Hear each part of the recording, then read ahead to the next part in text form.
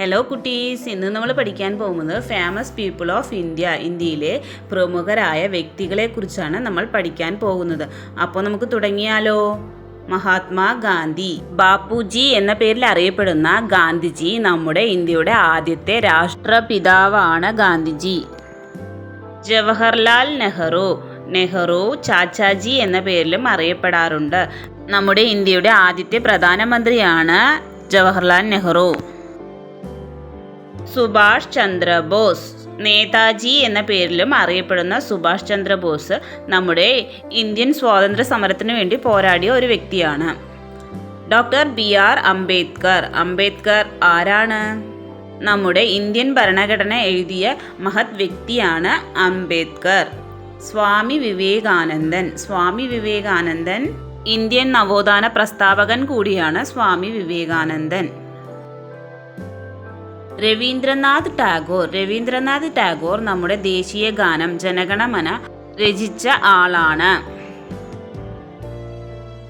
Sardar Vallabhbhai Patel Indian സ്വാതന്ത്ര്യ സമരത്തിന് ഒരു പ്രധാന പങ്കുവഹിച്ച ആളാണ് സർദാർ വല്ലഭായ് പട്ടേൽ.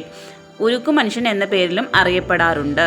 ലാൽ ബഹദൂർ ശാസ്ത്രി ഇന്ത്യൻ സ്വാതന്ത്ര്യ സമര സേനാനിയും ഇന്ത്യയുടെ രണ്ടാമത്തെ പ്രധാനമന്ത്രിയുമാണ് ലാൽ ബഹദൂർ ശാസ്ത്രി.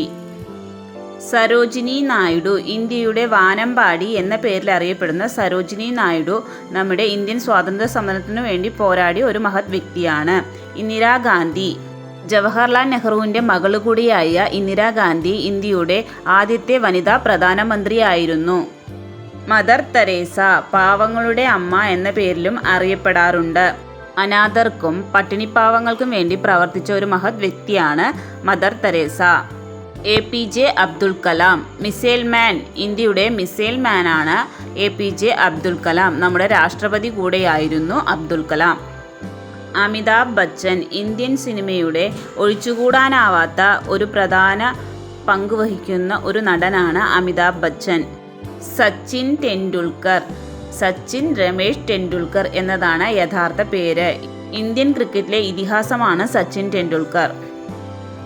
PV സിന്ധു ലോക ബാഡ്മിൻ്റൺ ചാമ്പ്യൻഷിപ്പിൽ സ്വർണം നേടിയ ആദ്യ ഇന്ത്യക്കാരിയാണ് PV സിന്ധു. ഈ വീഡിയോ ഇഷ്ടമായാൽ ലൈക്ക് ചെയ്യാനും ഷെയർ ചെയ്യാനും സബ്സ്ക്രൈബ് ചെയ്യാനും മറക്കല്ലേ. Thanks for watching.